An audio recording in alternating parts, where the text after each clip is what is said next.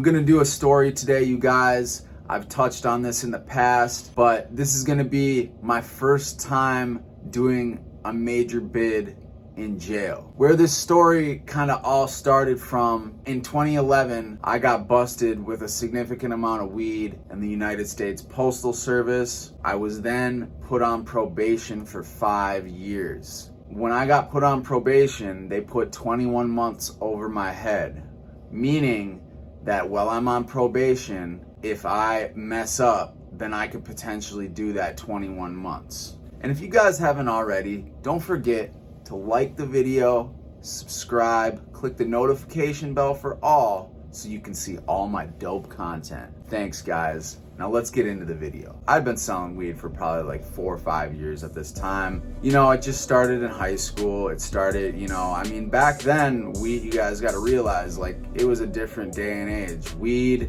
was looked at a lot differently. You could make a lot of money off of it. In the beginning, I was just picking up ounces, maybe an ounce or two at a time, and I would make like $400 or $500 off every ounce I would sell. You got to realize, in Minnetonka, being an affluent suburb, I could sell weed for $20 or $30 a gram, and I was getting it for like $200 to $250 an ounce. Sometimes more, $300, $325, it all depended. After high school, the weed selling, it had its peaks, it had its downfalls. When I was around 19, 20, it started picking up a lot. I met someone who went out to California. He took a trip on his bike. He went out to California. It was some kind of spiritual retreat. This guy was like quintessential hippie, brewed his own kombucha, long hair, music festivals, patchouli oil, you get the picture. But anyways, he meets this grower out west, gets insanely good prices on indoors, and we start collaborating a little bit. One day, I'm at a friend of mine's house, and he comes over to the house. He notices that my friend's parents aren't there, and then he asks us, hey, would you guys be willing to have a package sent here? And we said, sure, why not? The money was right.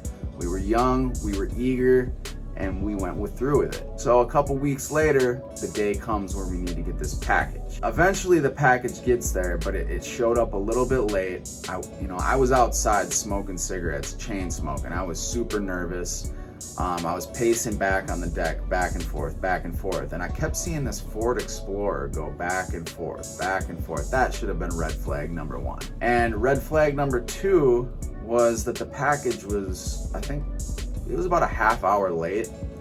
So we get the package and there's a big hole in it. So we get the package. The guy who we were getting the weed from right away says it's been tampered with. They speared it, meaning that the package at one point was smell proof, so drug dogs couldn't detect it, but it was in a plastic bin, and inside that plastic bin there was a bunch of vacuum sealed bags of weed. And so basically what they do is they pierce through that plastic, and then they pierce through the vacuum seal, and then they bring the dogs back. They indicated there was marijuana there. They did a mock delivery. I had like 5 pounds at the house. I really wasn't thinking much of it. I was just like, dude, a hole in the package? Like, that's not that big of a deal. Anyways, he freaks out. He grabs his Subaru WRX, California plates, stuck out like a sore thumb. You couldn't miss it. And we take all his weed, throw it in the car, and we proceed to skirt off. As we leave this alley, we're on Lyndale Avenue in South Minneapolis, about 50th and Lyndale, if any of you guys know where that is. We take a left out of the alley, and as we take a left, we look right, and we see like 10 Hennepin County sheriffs coming to raid the house. So we get out of there. He gives me the money for the weed that I lost, and basically he never calls me again. Obviously he probably is like, police, I don't know what this kid's up to, I don't want to deal with him. So he just gave me the money. We never talked again. I don't hear about this for months and months pass. Eventually I get a letter in the mail. I'm already doing a lot of heroin at this point as well, but I get a letter in the mail. I go to court, and it was my first charge, and I probably, looking back on it, I should have fought the case, but I was so scared. I didn't want to, they offered me probation and I figured that was a good deal. But the reality was I wasn't even at the house when the weed was seized. But then again, my Facebook was logged in and there was fingerprints all over the vacuum sealed bags of weed.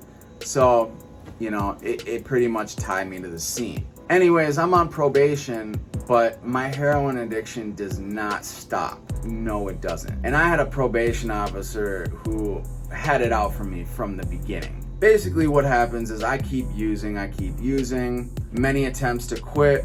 I end up getting on the methadone program.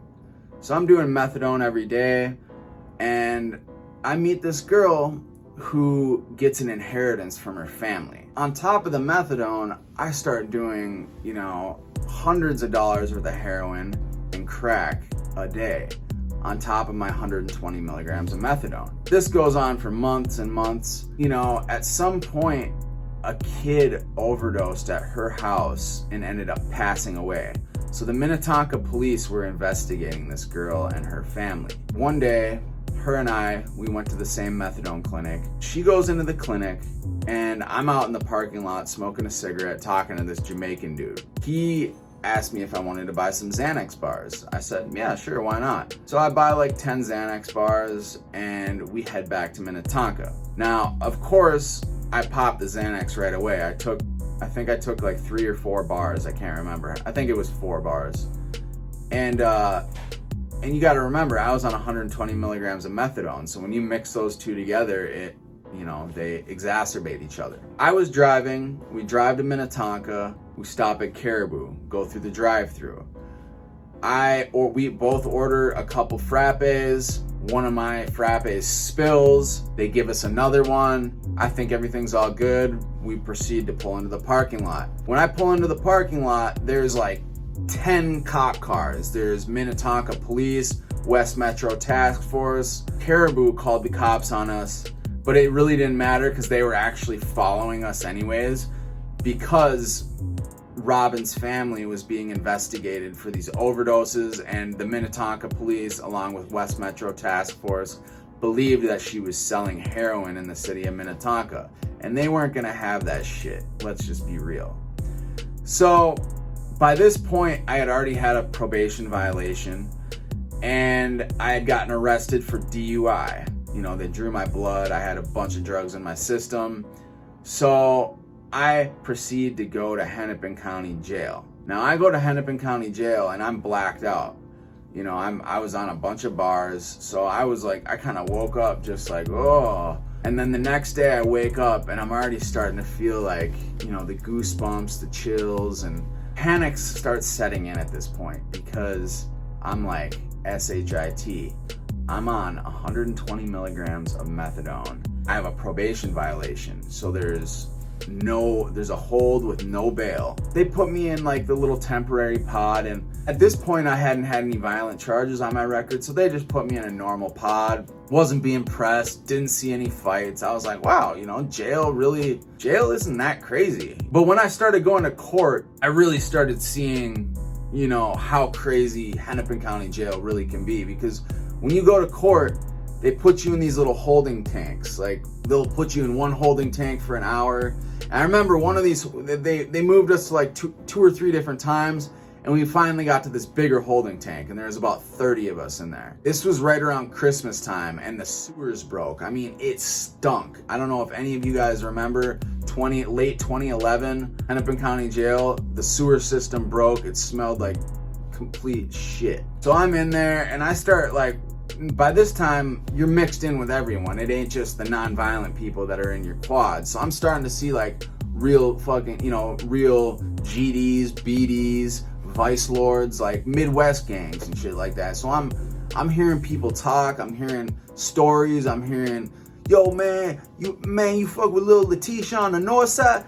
Hell yeah, the one with the fat ass booty? Oh yeah, man, I hit that shit too, man. Like, you start hearing all this funny shit, and it's honestly, it was entertaining for me because I was fascinated with this culture and community that I had no part in, really, in all honesty. As much as at the time I wanted to think that I was like, a gangster and this and that because I was selling drugs in the suburbs, I wasn't a gangster, man. I was selling drugs in the suburbs. They eventually take us to this bullpen, and I forgot to tell you, by this time, this is like day 5. The withdrawals keep getting worse and worse. And I mean, it's at the point where it's like you start feeling like electric volts of electricity going through your body, and you have this nervous energy, and you don't want to be around anyone, but you're in these situations where it's like you're forced to be around big groups of people. And because it was my first time in the county, it was kind of like an adrenaline rush. And like, I was like, wow, this is like, in a messed up way, I was very intrigued, and like I wanted to learn everything about it because it was like such a different world to me. But meanwhile, I am just going through, like, my body is hot one minute, cold the next, and they keep it extremely cold in Hennepin County Jail. So I was mostly just cold, to be honest. You know, I'm talking to different people who have been there multiple times. Some of them are junkies, some of them are laying on the floor, literally in the dirt, just like getting fucking kicked by debris and people walking over them and stuff. And they put us in these cramped little quads with just people are literally like laying on top of each other.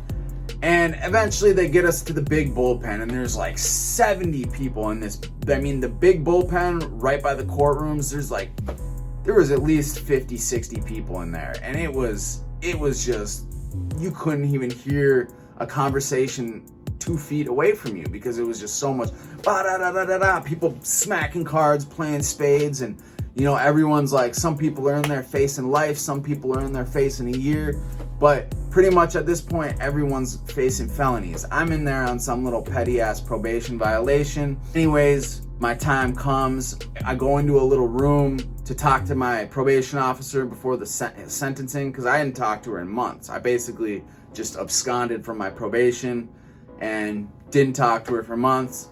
And I told her, I'm like, I am so sick. I'm like, please let me out of here. Like, I am dying. And she's like, no, I'm gonna teach you a lesson.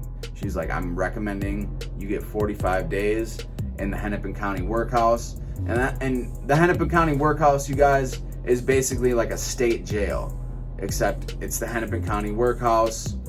So whatever, other states call it a state jail. We call it a workhouse here in Minnesota. I get the 45 days. I go to the Hennepin County Workhouse. Once I hit the workhouse, it's definitely a different environment, because you're, like I said, it ain't like county jail where it's just like non-violent offenders. It's pretty much, you know, everyone's in there. Violent, non-violent, DUI, drugs, assault, etc. But the thing about the workhouse is, if you get into a fight, they give you a 40-40, which is 40 days in the hole, 40 days lost a good time. And everybody in the workhouse is doing 2 years or less. So no one's really trying to get into a fight in the workhouse, honestly. Like, you see fights. I mean, you probably see a few fights every week, but it really ain't that serious. And like I said, and I was in orientation for 3 days, I kept getting sicker, and sicker. This is like day 7, day 8. I'm at the point now where it's like, I'm like, and I'm like screaming in my cell, and you know, I hear people screaming across the street, shut the F up, pussy boy, shut your ass up, you junkie ass motherfucker, da da da da da. And then you hear people rapping like, yo, blah blah blah. You know, everyone in there thinks they're the best rapper, and because they're open bars, so you can shout across the tiers, you can play chess with people, you know, across the tiers, you can, so it's just constant noise. And I'm in there in the fetal position, just shivering, just like, if I'm getting any sleep, it's for like 20 minutes at a time. I was sleeping 20-minute increments. So finally, these COs have had enough of my complaining. They throw me in medical segregation. And when I was in medical segregation, it was right around the time where it was about to be 2012, where the Mayans predicted that it was going to be the end of the world. I was going through hell, and I invited that. I was like, you know what? I can't deal with this pain anymore. Screw it. Eventually, they gave me some Ativan. It helped me sleep a little bit, but barely. Once I got out of medical segregation, they put me on A block. A block is where people with non-violent charges or people who are working. Some people have violent charges in there, but you're either working or you don't have a violent charge. So I wasn't working, but they just sent me there because I didn't have any violent charges. And, you know, once I get to the workhouse, I start kind of like peeping game and talking to people. And, you know, I felt like I fit in pretty good. You know, it wasn't like there was some people from the suburbs, there was inner city people. It was a big mix of people. And because of that 40-40 rule, there really wasn't any fights. It wasn't like I had to prove myself. It really wasn't shit, to be honest. And that kind of cemented in my head, like I was like, this jail shit isn't anything. Like I was like, I could do a prison bid if I needed to. This is all it is. Like, this is nothing. Boy, was I wrong on that statement. Like I said, my methadone withdrawals, man, they kept getting worse and worse. And it was like I said, it was like this electric voltage was charged through my body, and this just anxiety, this constant just anxiety and regret, and like my life flashing before my eyes. Because when you're in jail, there is nothing to do but think. It's just me, myself, and I, and my thoughts. And it was just a rotation of negativity. But then, you know, after a while, it was like I started getting hope. I started thinking, I was like, you know what, man, I don't have to live my life on dope anymore. Like, I was like, I can really get off this shit. So the withdrawals kept getting worse and worse and worse. And pretty much, I had to do 45 days going through withdrawals the entire time, you guys. But the point of the story is that because I went to this workhouse and because I was in these non-violent tanks, I really was like, my whole perception of jail and prison was like, oh, this shit ain't nothing. Like, it ain't a big deal. But I'm here to tell you guys, like, that is further from the truth. Because once your crimes start getting more serious and more violent or serious or whatever, or just you got a lot of time, they're gonna send you to a maximum security prison, and it's no play there, especially if you're a white dude from the suburbs. And even though the workhouse wasn't that big of a deal, there was still prejudice, because people could just tell by my swag that, like, this kid ain't from the streets, you know. So people would ask me for shit, and people, you know, and I kind of did. In the beginning, I would, you know, try to make friends, and I would give people shit, but for the most part, I kind of figured out how to hold my own in the Hennepin County Workhouse. I'm here to tell you guys that that is not the reality of prison. Real prison is like maximum security prisons, because, like, for the most part, people say that prison in Minnesota is pretty sweet, and for the most part, compared to other states like Florida, California, New York, it's pretty sweet. I gotta say, it's not that bad. It's still very dangerous. People lose their lives every year, and it's not somewhere you guys want to go. Really appreciate you guys watching the video. This is kind of my first prison jail series that I wanted to start, and I just want to thank you guys for subscribing to the channel, you know, liking my videos, commenting on my videos, and if you're new to the channel, hit that subscribe button, man. Hit the notification bell so you get all my videos, because I got a lot of great stories to tell you guys, and I'm gonna keep doing it throughout the weeks. So with that, I'm Luke from lukegtv, and I'm out. Peace.